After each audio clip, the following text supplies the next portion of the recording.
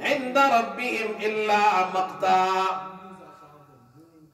اور کافروں کا کفر ان کے رب کے نزدیک اللہ کے یہاں ناراضگی کو بڑھاتا ہے، اللہ کی ناراضگی کو بڑھاتا ہے اور کچھ نہیں کرتا۔ کفر سے اللہ ناراض ہوتا ہے۔ وَلَا يَزِيدُ الْكَافِرِينَ كُفْرُهُمْ إِلَّا خَسَارًا، کافروں کا کفر خسارے کو بڑھاتا ہے، کافروں کا کفر اللہ کی ناراضگی کو بڑھاتا ہے۔ اس لیے کفر سے بچو، توحید پر آ جاؤ، توحید پر آ جاؤ گے تم کامیاب ہو جاؤ گے۔ یہ الحمدللہ سورہ فاطر مکمل ہو گئی، اور کل انشاءاللہ سورہ یاسین سے پھر بیان ہوگا۔ اللہ عمل کی توفیق